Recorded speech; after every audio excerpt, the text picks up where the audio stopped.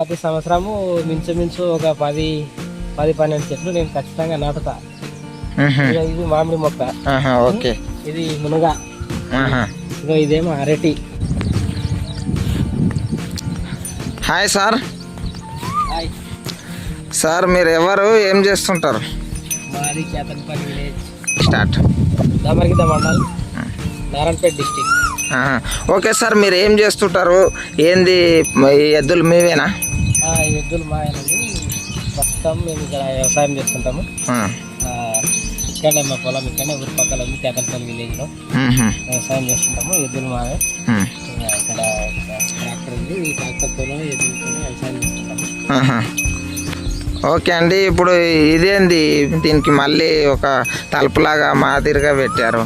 అది ఇది పశువుల దొడ్డి అంట, దొడ్డి అన్నమాట. అయితే ఇది వరి గడ్డి,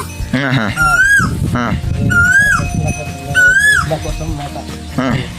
ఇంకా ఇది పొట్టు, కంది పొట్టు, శనగ పొట్టు. చూపిస్తారా ఒకసారి కొద్దిగా సైడ్కి? ఇంకా శనగ పొట్టు రెండు మిక్స్డ్ ఉంటాయి. అంటే కంది పొట్టు, శనగ పొట్టు రెండు మిక్స్ అన్నట్టు? మిక్స్ ఉంటాయి. ఓకే. వర్షాలకు నానకుండా మంచిగా కవర్ చేసి ప్యాక్ చేసి ఉంటాం. ఓకే సార్, ఇప్పుడు ఇక్కడ ప్రస్తుతానికి వచ్చేసి కొంచెం ఖాళీ ప్లేస్ ఉందని ధనియాలు అంటే కొత్తిమీర వస్తుందని చల్లిన, ఇంకా మొలకలు రాలేదు. అది ఇంకా చిన్న చిన్నగా నా వంతు సాయం చెట్లు నాటాలని నా కోరిక. ప్రకృతి కాపాడాలని ప్రతి సంవత్సరము మించుమించు ఒక 10-12 చెట్లు నేను ఖచ్చితంగా నాటుతా. ఇది మామిడి మొక్క, ఓకే, ఇది మునగ, ఇదేమో అరటి. ఇట్లా నేను ప్రతి సంవత్సరం మన పర్యావరణాన్ని రక్షించాలని చెట్లు నాటాలని నా కోరిక. అంటే వృక్ష ప్రేమికులు కూడా ఖచ్చితంగా. వర్షభావం తగ్గడం వల్ల, చెట్లు ఎక్కడ నరగడం వల్ల రైతులకు అందరికి మన ఇబ్బంది అవుతుందని నేను ప్రతి సంవత్సరం నా ఆలోచన 10 చెట్లన్నా ఖచ్చితంగా నాటాలని నా కోరిక. Okay sir. ఇక మొక్కలు పెంచుతుంటా, అప్పుడప్పుడు పెంచి నాటాలని కోరిక.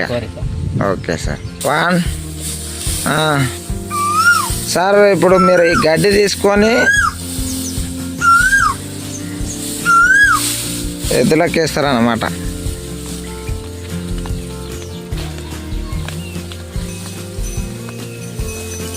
చూసారు కదా, అంజప్ప గారు ఎద్దులని చాలా ప్రేమగా చూసుకుంటున్నారు. Thank you so much sir.